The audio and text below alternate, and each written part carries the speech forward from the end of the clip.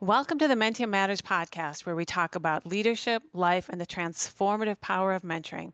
I'm Solveig Brown, and today I am so excited to have bestselling author Alison Fragale as my guest. Alison wrote Likeable Badass: How Women Get the Success They Deserve. In this episode, Alison is going to walk us through things that we can do to show up as a likable badass. We'll talk about status, power, letting go of limiting mindsets, authentic self promotion, learning skills to tell your story more effectively, and the importance of mentoring. It's going to be a great conversation. Before we dig in, let me tell you more about Alison. In addition to writing the best-selling book, Likeable Badass: How Women Get the Success They Deserve, Alison Fragale is a research psychologist who has her PhD in organizational psychology from Stanford University.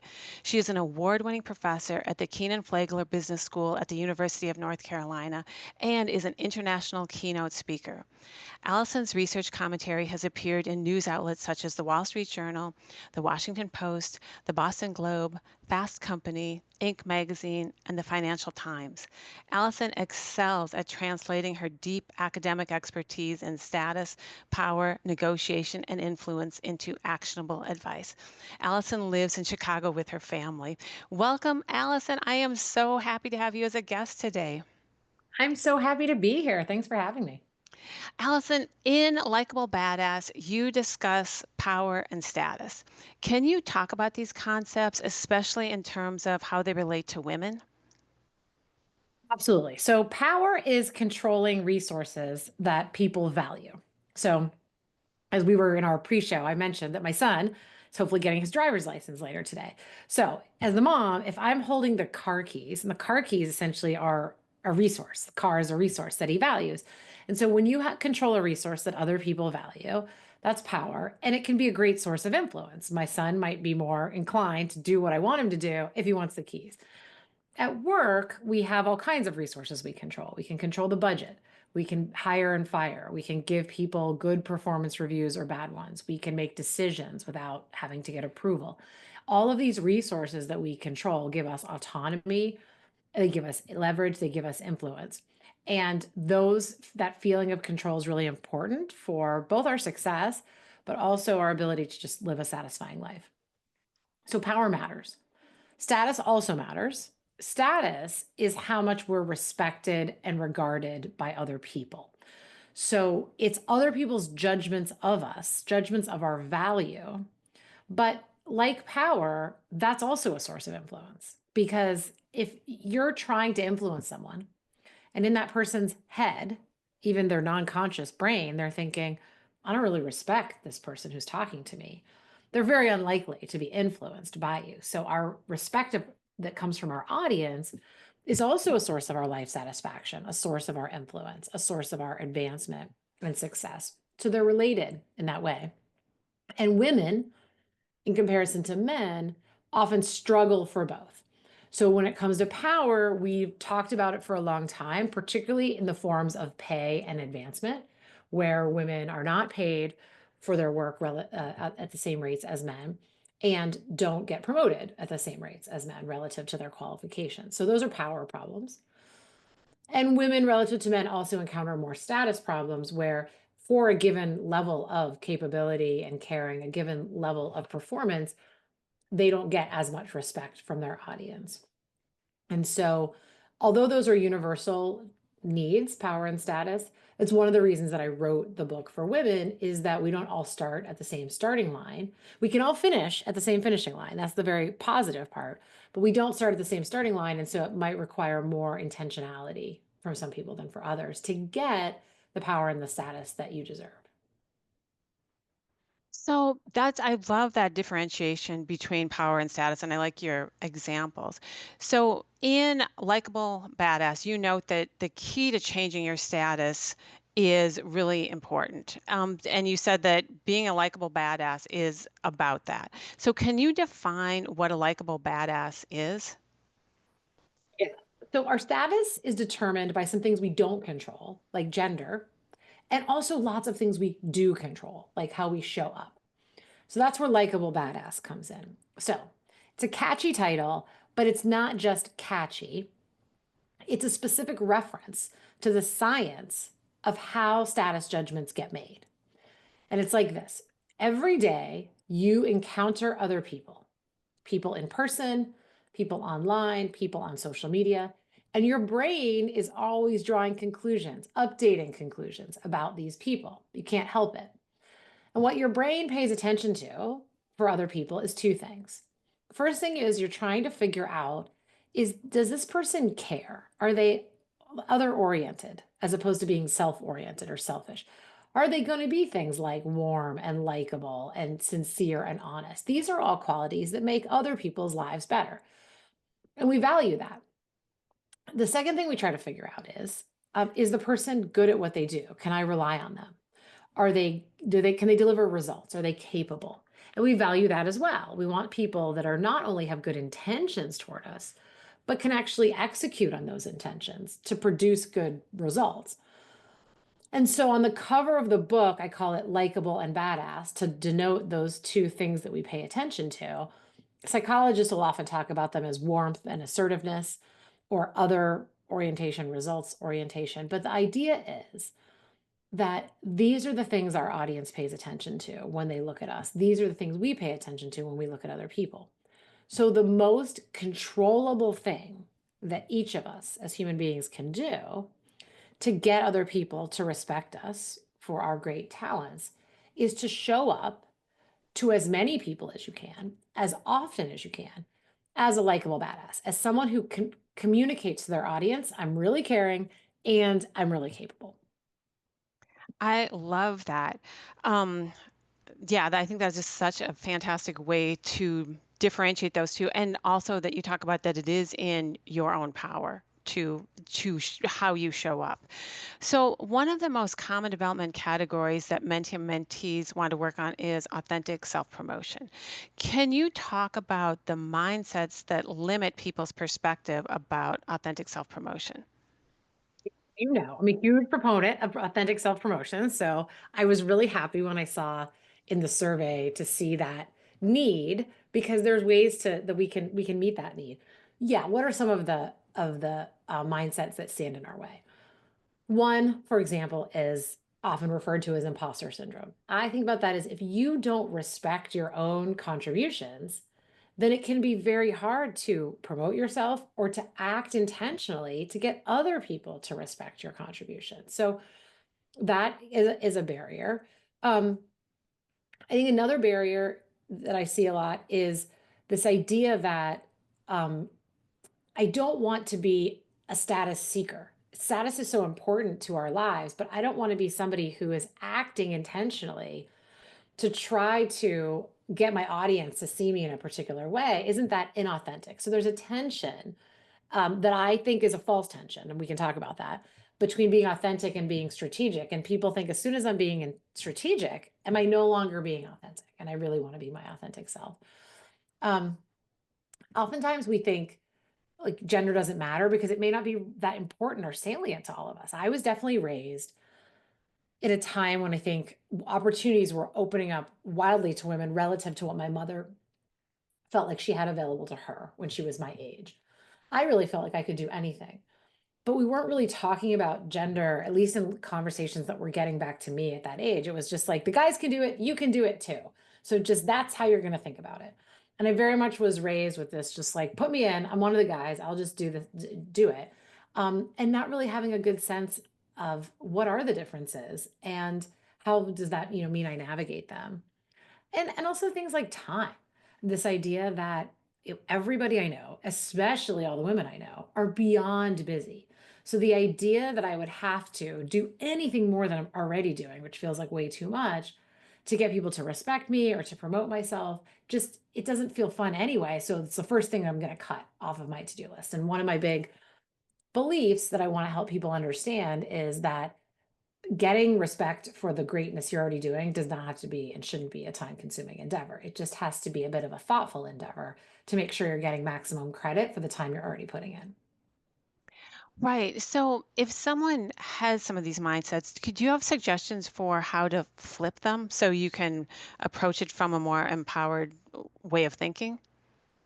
Yeah, I mean, in my book, I talk about them. I'll give you one specific here and then I'll give you a general piece of advice. So, imposter syndrome, for example, A lot of people, when they have that feeling, which I've had, and it doesn't feel good, then the next thing is a judgment about the feeling. Oh, I must be doing something wrong because I feel like an imposter. I must be an imposter. I liken imposter syndrome to sore muscles after a workout. Okay. When you work out and you're sore the next day, it doesn't feel particularly fun to be sore, but you've been educated by this point that the soreness is actually a marker that you've worked out hard enough because you've torn those muscles, and in the rebuilding, they will get stronger. So that soreness is inevitable. There's nobody who's serious about muscle strength that says, I never want to get sore because, that will hurt too much. Yes, it doesn't feel good, but there's also the recognition of that is part of the process.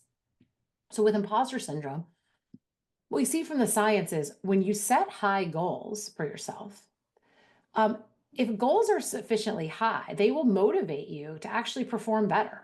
More ambitious goals, better performance. That's pretty straightforward. But ambitious goals often leave us feeling worse. So whatever your goal is, you say, I want to be, in the C-suite by the time I'm 35. I want to run a marathon in under 4 hours, whatever it is. You set a goal for yourself. The fact that you have that goal will stretch you, but you may not actually hit it. You run your marathon in 4:02, you become a CEO at 38, whatever it is. And you're then thinking, oh, I didn't hit the goal. But what happens is every time we hit the goal, we just then keep resetting the bar, resetting the bar. And so there's never a moment where we feel like we are everything we want to be because we're constantly setting goals that are still beyond our reach. And so that in that sense, imposter syndrome sits in that gap. It sits between where you are, which is great, and where you're aspiring to be, which is a constantly moving target. And so the gap never goes to zero because we're always learning, we're always growing. In that sense, I say it's like sore muscles. It's not something you actually want to get rid of. It's just the byproduct of what? It's the byproduct of high goal setting. And high goal setting, we know helps us. And so I say, keep setting the goals. And when you have that icky feeling, you have to coach yourself just like an athlete, which is, doesn't feel great, but this is how it goes. Like this is the process. Now, the more general comment I was going to make relative to why we're here is these mindsets, you can have mantras, you can have self-talk, you can have narratives, but I find they're often a lot easier to get out of when you have an external partner, like a mentor, like a coach. Somebody, when you say, I am stuck in this way of seeing things, this way of thinking about things, who can reflect to you, I don't agree with that. I think that's wrong. Let's think about how we can move you past that. It is a lot easier with external support. I love that. And I love that analogy that normalizes that you will likely experience imposter syndrome and that it is a positive thing. It means that you are setting high goals, that you're going for it. And I like that picture of the gap and that there's always going to be a gap. There's never not going to be a gap if you keep pushing yourself and be like, oh, I can do this. So thank you. That is really, really helpful. Allison, one of the things that you talk about in your book is being able to effectively tell your story because you say that this is crucial for building status. And one of the many things I love about Likeable Badass is that you offer a playbook for telling your story. So can you walk us through, first of all, like why it's important to learn to tell your story, and then secondly, common habits that might weaken your story? Absolutely. So this idea of telling your story is the authentic self-promotion, right? That you see showing up in your surveys, which is how do you talk about yourself in a way that conveys that you are very likable and very badass, and you do it in a way that you actually feel good about, as opposed to feeling slimy about. That's exactly what it is.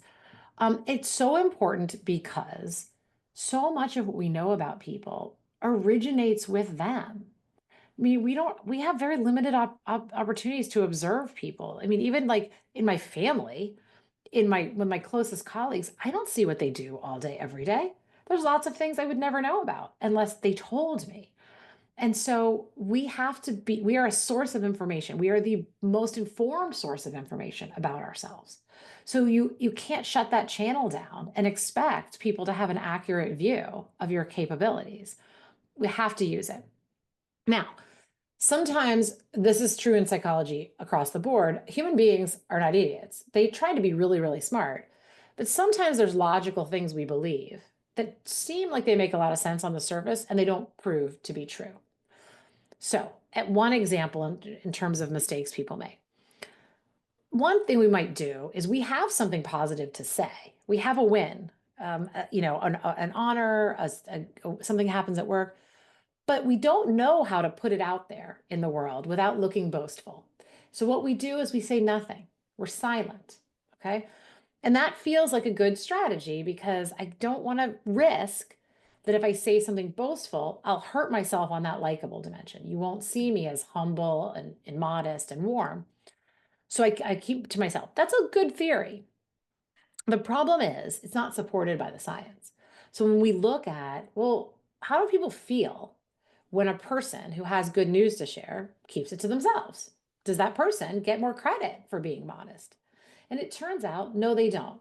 So if we're talking and there's something I could tell you that's positive and I don't, and later you find out about it, which is very likely because, again, grapevines are efficient. So eventually, whatever it is, come to you. Your first thought is not, oh my gosh, Allison is so modest for not telling me. People's first thought is, why didn't she tell me?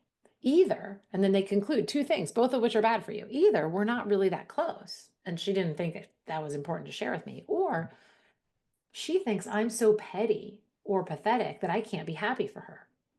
And neither of those is favorable to the person holding back.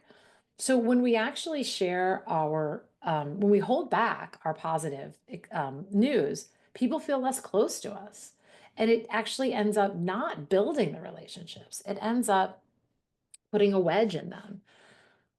So those are the kinds of, I talk about a variety of things. Self-deprecating is a very common one where we cut ourselves down, and often we do it to be humble, to be funny. All those are characteristics of warmth, but we do so at the expense of our perceived competence because we see time and again in psychology, people are considered the experts about themselves. So what's crazy is we often believe what someone says and we take it at face value, which is why self-promotion works as well as it does, but it also why self-deprecation is as damaging as it is. Because when you say I'm not good at this, people are like, okay, why would you lie to me? Of course you must not be good at that.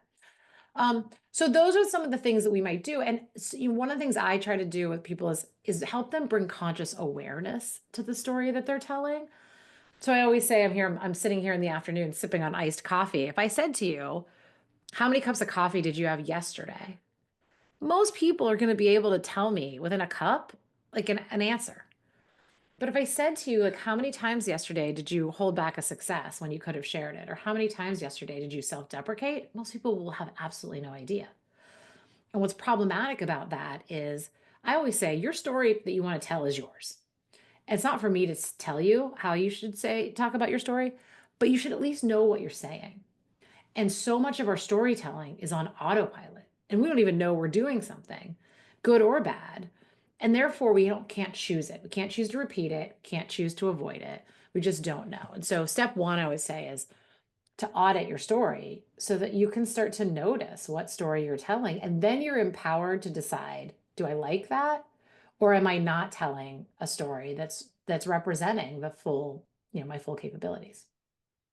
Yeah, I love the storytelling audit you suggest in Likeable Badass because what I appreciate about you is that you embrace the idea that you can get better at these things and that if you practice self-awareness and you say that managing status is as much a learned skill as playing golf, the more we practice, the better we become. So I've experimented with that and it is really eye-opening in terms of, oh my gosh, I did this, this, this, this. But once you become aware of it, you're more likely to catch and notice it the next time you're like self-deprecating or the next time you are being so humble you don't tell people what you did that was remarkable. And I love the point that you make that people don't think you're humble when you do that. They just think, why wouldn't she tell me that? And that's even worse than not you're trying to be humble or likable, but it really kind of backfires. Exactly. So what would you say are some strategies to telling a stronger story? So, important thing to understand about talking about a story is that it doesn't have to come out all at once in a big lifetime monologue. I think people think self-promoting is so icky because they think I'm going to have to just be telling people who are minding their own business all these great things about me. And I would say, no, don't do that. People who are minding your own business aren't interested. But you have to look for opportunities, like waiting for doors to open and then going through them. So one example that I offer a lot and I use a lot is what psychologists will call dual promotion. Or in the book, I call it brag and thank, which is say your good thing. Here's this great thing that happened, but then offer gratitude to somebody else who played a role. That research shows that when we self promote that way, we not only get the bump in confidence because we talk about the good thing, we also get the bump in warmth because we're shining a spotlight on someone else. So, like a lot of people in a work context, you have opportunities to update your boss, update your team, update the organization on something that's going on, which they may have no visibility into. They know you're generally working on X project, but what happened this week? I don't know. But an update email is a very normal thing to be able to say, hey, here's what's going on. And you could use brag and thank, right? We've had a whole bunch of wins this week, right? And it could be qualitative things. Look at this amazing note of thanks we got from a client. Um, it could be quantitative things, right? In terms of number of deals closed or whatever it is.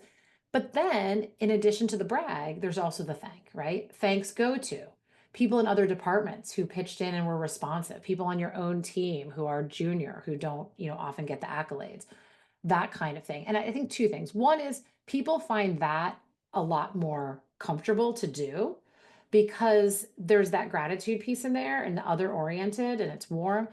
And it's also really effective to do that. But you can do that in conversations too. Um, One of my favorite stories is a journalist interviewed me for an article, and she herself is an author and had started to do more speaking. And she was asking me, who's been speaking for a long time, for some advice. And she said, I recently got a standing ovation, my first ever standing ovation, in when I gave a talk. And I feel like this is a good mark of my success as a speaker. And I want to make that known because I think it would speak to my credibility as a speaker. But she said, what am I supposed to do with that, Allison? I can't put it on my resume, got a standing ovation. I can't put it in my LinkedIn bio. So now I don't know how to tell that part of my story. And I said, brag and thank is a good way to do it. And it could either be on social media, which I think is a great place to tell stories, and you could say, hey, like, as I'm building my speaking business, like I was so flattered that I got a standing ovation from this amazing organization, like fill in the name. They were just a joy to work with. So you're thanking them. And then you could thank whoever else. You could thank the event organizers. You could thank your speaking coach. You could thank your family for helping you prep, whatever it is. But it's a way to say, here's this thing, and then also shine a spotlight. Um, that's one way. Another, I mean, I have lots of them, but I'll just give you one more, and then you can see if you want me to talk about others or go in a different direction. But another one in terms of waiting for your moment is getting like natural conversation started with other people. And I think one of the easiest ways to start a conversation is to wait to one of the many times a day when someone asks you, what's up, what's new, how's it going, how's work? And then when they ask you that, say something more interesting than good, fine, or busy, because those just shut the conversation down and the person just moves along. But if you, with just a few more words than that, could say something truthful, you could get them to stop and actually engage you in conversation. So, a couple examples. One, in the fall, I hosted an event in Chicago. I invited a bunch of people that I considered work professional friends. A guy comes who I like a lot, but I have not really don't know him that well. And in fact, I didn't even know what he did. And not that I hadn't been told, but I had just forgotten. And he comes into the event and I just casually say, oh, hey, how was your day? Thanks for coming. And I'm not sure I actually cared how his day was. It's just like the thing you say, right? But then he responds with a big smile. And he said, Allison, I had the best day today. And he legitimately made me curious. So now all I wanted to know was why his day was so good. So I asked him with my own volition, in true curiosity, what was your day grade? And he basically tells me a story about how he lands a new client. I learned that he's in wealth management. He basically says, I got a story of I got a new client that I was meeting for the first time, and that he was really impressed with what this client wanted to do with his wealth in terms of being able to make the world a better place, and how my friend was so excited that by being this guy's partner behind the scenes, he was going to be able to like leverage the impact that this guy was going to make on the world. It was a great story. It took only a couple minutes, but in that, I learned a lot, all very favorable to my friend about how capable he was and how caring he was about the impact he made on the world. And none of that would have happened if he had said fine, good, or busy. But all he did was he made me curious enough that I wanted to know. And once people are asking you questions, it's a natural opportunity to promote yourself because they're asking you, as opposed to you forcing them to take information that they didn't want. I think that's the idea of reclaiming these moments of conversation to turn them into dialogue rather than shutting them down. And I think it's very easy to do. And I do this all the time. I just think, say something interesting enough that makes the person like have to know more.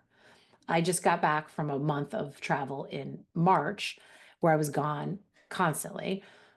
And when people would say, when I would meet with them in April, how are you? I would say, I am great. I am back home. I love sleeping in my own bed. I only slept in my bed 2 nights in March. And guess what?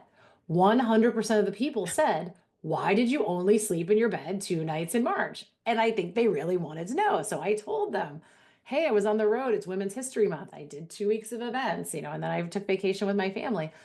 But I was able to tell part of my story that they would have never asked about just by having an interesting answer to what is essentially a throwaway question. Those are such fantastic examples of that because they're easy to do. You get those throwaway questions throughout each day. And since I've heard you speak before, I've started being more mindful of those opportunities, of those storytelling opportunities, of those opportunities to practice.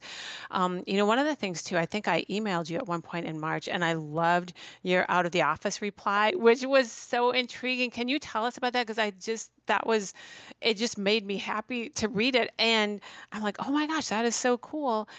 And it was so easy to do. I mean, better than like, I will be limited availability. So, yeah, can you share what that was? Yeah, they will. And this also really speaks to mentoring because this strategy that I'm about to share with you, which I do talk about in the book and you saw me employ, was not something that would have ever occurred to me on my own until I met somebody who I saw do this. And I thought, oh, that's so brilliant.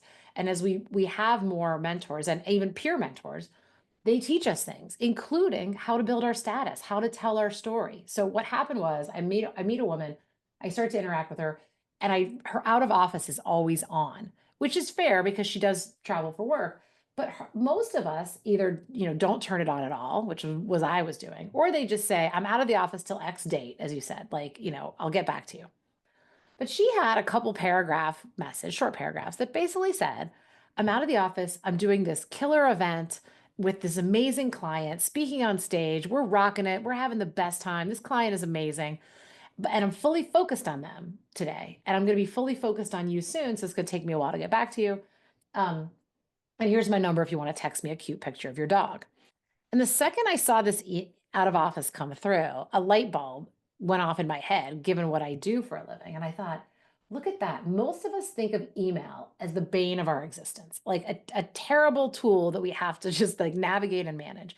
But here was this woman, now a friend, who's turned it into a storytelling tool without ever having to look anyone in the eye, without ever having to say any words. She sends this out of office. Everyone who emails her gets it. And people actually read them because it's like interesting. Normally you get the boring one liner. So then you learn, what is this person doing? So I turned mine on in March. I don't always have mine on, which I say that because I always say you have to tell your story. That's non-negotiable. But how you tell it, you have choices. So you don't have to always turn an out of office on. You don't have to always, use the brag and thank. You just got to do something. But anyway, I turned mine on, and you might remember better than I what I said, but I talked about the fact that I was on the road for Women's History Month and I was doing all of these events, and that then I was going to be rewarding myself by taking my kids halfway around the world and not getting no relaxation whatsoever. But I got so many messages about it, and so many people followed up with me when I would interact with them afterward because they learned a little bit about my story, my life. And it was a more natural way and a more efficient way to do it than having to have conversations with all these people and say, oh, by the way, here's what I've been up to. So I like that one because I think even if someone's listening and they're a super fearful self promoter, that's you can just set it and forget it, right? You set the message and it never comes across as self promoting because the purpose of the message is just to say, I'm delayed getting back to you. So whatever the reason is just the reason. It doesn't feel like a brag. It's just facts. So I think it's again, not something people have to use all the time, but something that you can. And now that I've put that in the book, I get messages, including as recently as yesterday, from women who write me and they say, "Oh my God, I did it." And guess what? So a woman wrote me and said that she did it, and then she went to like something like our kids' soccer game or something, and a guy says to her, "Oh, you're a really big deal." And she said, "What do you mean?" And he basically tells her that after she had put on this creative out of office saying what she was up to, he was curious. So he went and Googled her online and saw all of her accomplishments and all that she had done. So he had took it upon himself to educate himself about her because that message made her interesting. So I get messages like that all the time now, which is I love. Oh, I love it too. And I think what I loved about your out of office was that it was also funny. You're like, yeah, and if you want to ransack my house, put a Mhm. little laundry in while you're there. But it was just funny because it just kind of showed where you were at in your life. And it was just like email is kind of such a drudgery sometimes. And it was just fun to get that kind of response. So thank you. So we at Mentium are so excited that you cited some of our research in your book. So Mentium found that the top three development goals for mentees are career planning, executive presence, and authentic self-promotion, which we've been talking about today. So in your book, you note that everyone needs mentoring always. Can you talk about your own experience with mentors in your career journey and the importance of mentorship for likable badass women? Absolutely. So I always say, yeah, I was so fortunate in a lot of ways early in my career that I got really good mentorship from lots of people, family, uh, colleagues, et cetera, that was transformational in my life. And including in thinking about how to manage and navigate my status and how to build relationships and what it really meant to have a strong network in ways that changed my life. And someone was asking me in an interview I did recently about did I write the book that I needed to read? And I said, no, in my case, no. I wrote the book that I was fortunate to have been handed at a young age, a Mm. book that I found really transformational, and a book that I realized no one else had been given to read. Not no one else, but many people hadn't been given to read. When I saw really smart people not getting near as much credit for their talent and their success as they should. And I credit that to people telling me, both when I was very young and then when I was just starting out my career, to really think with intention about how much you're giving to your relationships and to be giving in ways that aren't hard. And that made a ton of difference for me. Um, I also think that uh, that's not the kind of mentorship that people always get first or that people seek out first. So, the one need that you have there is the career planning need. When people think about mentorship, I think that's where most people's heads go. If I'm going to get someone to counsel me, I want somebody who has my job 5 years ahead and they're going to be able to tell me how to get to where they are, which is very valuable mentorship. But it's not may not be the only thing you need to learn, right? And because everything is a learned skill, right? So managing your status is a learned skill. Authentic self-promotion, a learned skill. So what I say is if you think about something that feels hard for you, maybe one of those things, that's a great area for mentorship by looking around and finding people who are good at doing that. And that person may not be in your field. They might be your next door neighbor. They might be someone at your kid's school. They might be somebody who's in high school or is 75 years old. I mean, they could be at a different generation. Um, so broadening the scope of the skills beyond the career planning, to think about the presence, to think about the authentic self promotion, to look at people who make it look easy and say, I don't exactly know what they're doing, but they're doing something. Because man, do they have presence? Man, can they talk about themselves in a really a way that makes everyone joyful, not thinking they're boastful. And just and to ask for some of their time. I think it's so important and it continues to be important as we age and as we advance because Oftentimes, we expect that we're supposed to know everything, and we find ourselves as we get older in the role of advice giver, but we are never really in the role of advice taker or learner anymore. And I think one of the big things I try to make in the book is at all stages of life, you should be in both roles, right? You should be getting advice and mentorship, and you should also be giving it. And I think the idea that young people starting out think I have nothing to teach, and older people saying I have nothing to learn, those are both falsehoods that hold us back. Yeah, I really like that perspective that you can always be doing both. And one of the things I really liked about your book is that you have such good strategies in there. And like you talked about earlier in this interview, is that we can look to our mentor for, saying, okay, I feel like this, like whether you're having an imposter syndrome issue kick up, your mentor can be your sounding board for that. Or even in doing like, the self-awareness exercises of being able to check in. This is what I noticed. This is what I'd like to improve. And so um, I really like that this is truly a playbook for how to continue to get better and that mentors can meet you where you're at and help you in that process. So we have time for one final question, Allison. Do you have a favorite quote, saying, or motto? I have several, but one that I like a lot, it had really been helpful for me, uh, is to deal with my lifelong bad habit of cutting myself down, of self-deprecation. This is something that I continue to try to grow in, and have done for, I've cut myself down for way too many years in way too many ways, in ways that are unproductive. So a few years ago, I tore my knee and I had a surgery where I couldn't walk on my leg for 6 or 8 weeks. So I was sitting in bed as much as I could. And while I was sitting in bed working, I was binge watching episodes of The French Chef with Julia Child from the 70s, like black and white, trussing the chicken. And I never cooked a single thing of all the shows I watched, but her life advice told through the lens of cooking is spectacular.